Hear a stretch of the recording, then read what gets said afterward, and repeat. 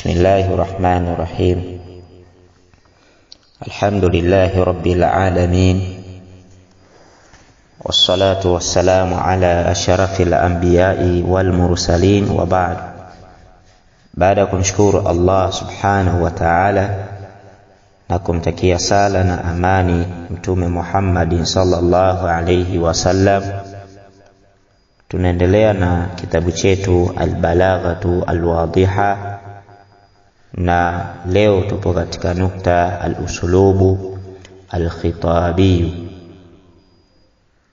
katika kitabu changu ukurasa wa 12, mipito ya khitab. Huna katika somo hili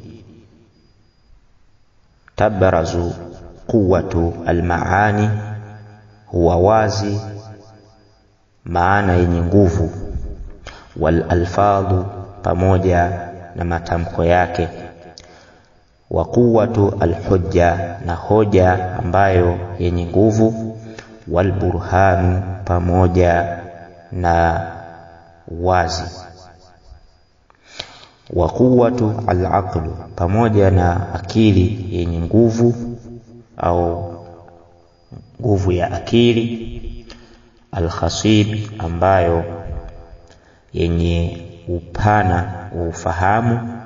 Wa huna, na ndani ya mpito huu, yatahaddathu al-khatibu, kwamba anazungumza yule mzungumzaji, ila iradati sami'ihi, kwa lengo la kutaka wale ambao wenye kumsikiliza, al-itharatu, kupatikane athari, azaimihim, kutokana na yale makusudio yao, wastanhadu himmamihim, pamoja na kuamsha zile himma zao ambazo walizokuwa nazo, wajamalu hadha al-uslub, pamoja na uzuri wa huu mpito, wa uduhuhu, pamoja na uwazi wake, sha'an kabir, ni jambo ambalo ni kubwa, fi taathirihi, katika kule kuathiri kwake, wa usulihi, pamoja na kufikika kwake,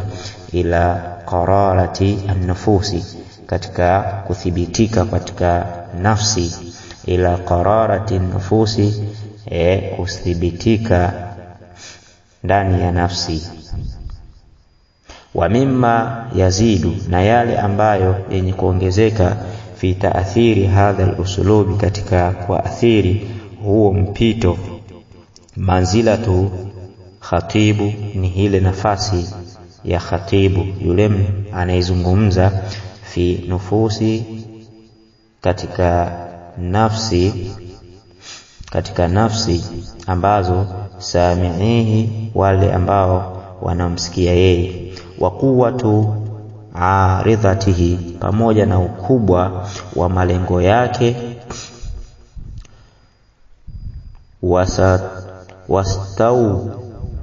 wasatau hujjatihi, pamoja na mwanga wa hoja yake au na uwazi wa hoja yake, watabaratu wanabaratu sautihi, pamoja na mipando ile ya sauti yake. Hiyo nabaratu ni aina za sauti, kwa maana anapoongea basi atakuwa anatumia aina za sauti.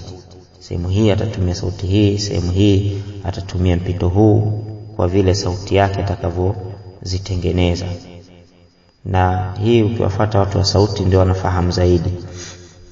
Wa husnu ilqaihi, pamoja na uzuri wa kukutanisha hayo maneno yake, wa muhkamu isharatihi, pamoja na kule kuhukumiwa kwa zile ishara ambazo anazozionyesha wakati wa kuzungumza kwake. Wa min adhhari, na miongoni katika yaliyokuwa dhahiri zaidi, mumayizati hadha al-uslub, yaliyokuwa wazi, yaliyokuwa yamepambauka katika huo mpito, al-ikraru, ni kule kurejea tamko kwa wale wenye kusikia, wal isti'malu, na kutumia almutaradifati, maneno ambayo yenye kufanana. Wa dharbu al-amthal, pamoja na kupiga mifano mbalimbali. Wal ikhtiyaru al-kalimati, pamoja na kuyachagua maneno. Al-jazlatu dhati ranini, maneno ambayo yenye kuvutia. Aljazlatu dhati ranini, atatumia maneno ambayo yenye sifa ya kuvutia. Wa yuhsanu fihi, na atafanya uzuri zaidi ndani yake. An tataaqaba, juu ya kuyapandanisha, bimaana maneno yake yawe yenye kubebana.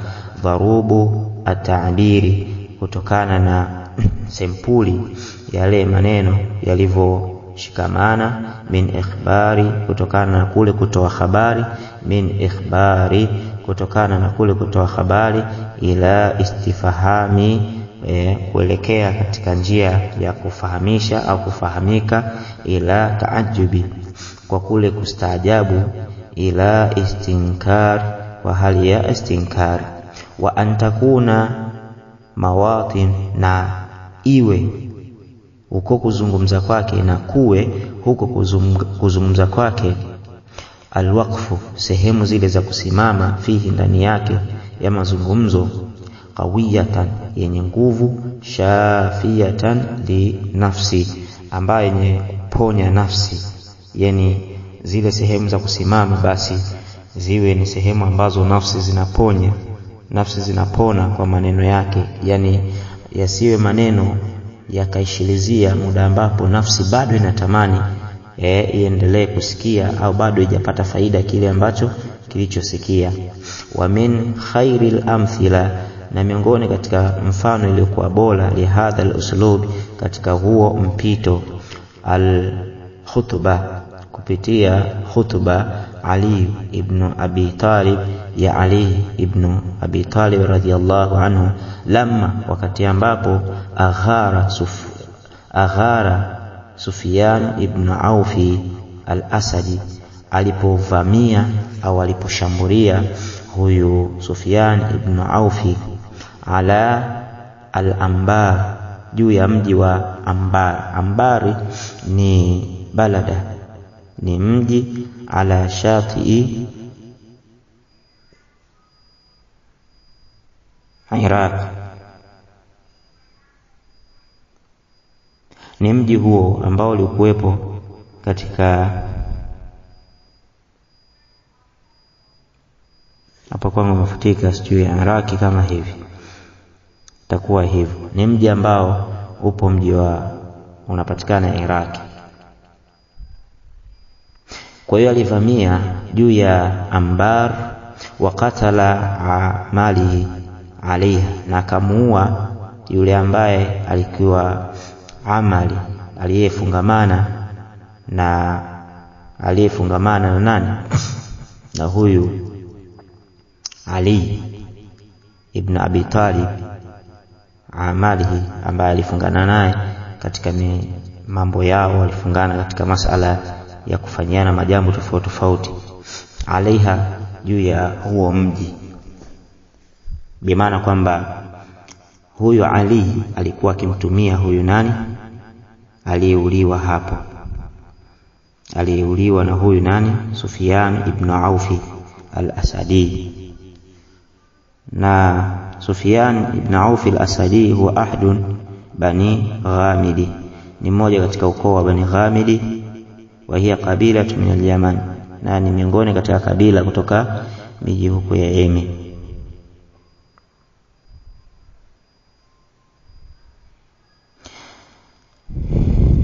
Ni Iraqi, mji upo Iraki, upo Iraki. Tayib, haya tunarudi. Anasema kwamba katika khutba aliyeeleza Ali ibn Abi Talib alisema, hadha akhu Ghamidi, huyu ni ndugu wa Ghamidi. Kade balaghati khailuhu, hakika lilifika jeshi lake la falasi. Ghailuhu ni lile jeshi la falasi. Al-Anbar, katika mji wa Anbar ambao uko huko Iraki. Wa qatala Hassana al-Bakari, akamuua huyo Hassana al-Bakari. Huyo Hassana al-Bakari ndio huwa amilu Ali radhiallahu anhu, ndiye ambaye alikuwa akiamiliana na Ali katika mambo yao katika mji huu wa Iraki. Kwa hiyo akauliwa na akhu Ghamidi, ndio huyo anaitwa Sufyan, yeye akamuua. Kwa hiyo akaendelea kusema maneno yake Ali, wa azala khailakum, na pia akayaondosha, akayapomosha, akayashinda majeshi yenu yanayopigana na falasi, an masalihiha, kutokana na nini? Masalihiha, yale maslahi yake. Wa qatala minkum, na wakauliwa miongoni mwenu rijalan salihin, wale watu ambao waliofungamana na wema. Maneno haya yaliyasema hivi: wakade balaghani, na hakika palinifikia mimi, wakade balaghani, na hakika palinifikia mimi, anna rajulan, hakika mtu mmoja, au anna rajula, hakika mtu, minhu, miongoni mwao, kana yadkhulu ala almar'ati almuslimati, aliingia juu ya mwanamke Muislamu, wa ukhra, na mwingine, almuahidhati, aliingia kwa nani? Muahidha. Muahidha ni dhamia, ni dhamia. Fayanzi'u hiljalaha, fayanzi'u, akavua, hijlaha, akavua vikuku vyake.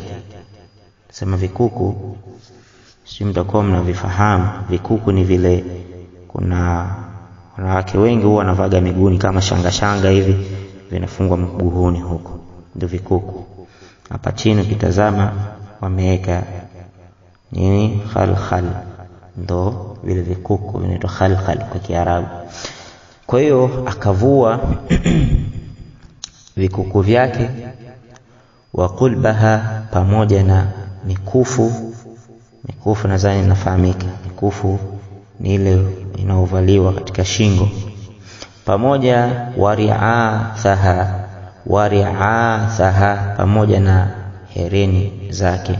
Thumma ansarafu, kisha wakaondoka wale ambao waliokuwemo. Thumma ansarafu, kisha wakaondoka, wafirina, aliyakuwa na amani, salama. Kiangalia sharhu chini hapo, anasema wafirina tamina, kwa hali ya kutimia, bimaana hakupungua hata mmoja, ala katharatihim, juu ya wingi wao, lam yanqus adadahum, kwamba hawakupungua katika ile idadi yao ambao walivyokwenda, hawakupungua idadi yao. Kisha akaendelea kusema manala rajulan, wala kupata yoyote, minhu, miongoni mwao, kalmun ni jeraha. Kiangalia namba 6 hapo chini, asema kalmun bifathi jarhu, sawa, kujeruhiwa.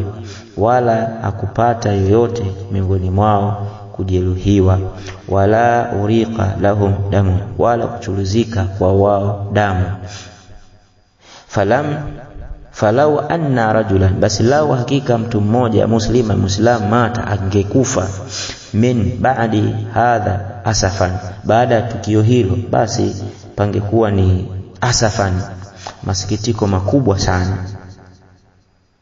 Makana bihi, na makana bihi, hapakuwa kwenye hilo maluman, kwenye kulaumiwa. Bal kana indi, bali pangekuwa mbele ya hilo jadiran, amestahiki. Jadiran, amestahiki, huwa amepata khairi kufa kwake. Kwa hiyo haya maneno yamefungamana kwamba juu ya wao kusalimika na wale ambao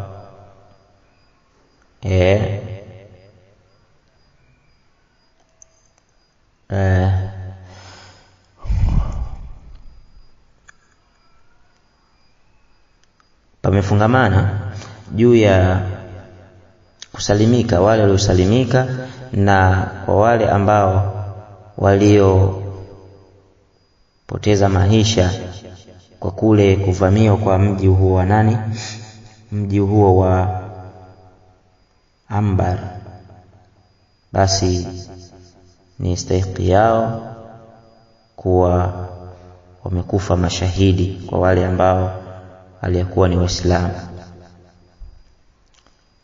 Nadhani tutaishia hapo biaunillah.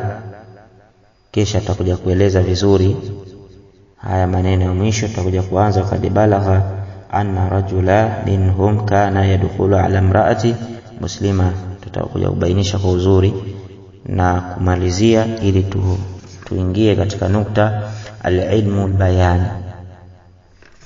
Subhanaka bihamdika ashhadu an la ilaha illa anta wa nastaghfiruka wa natubu ilayk.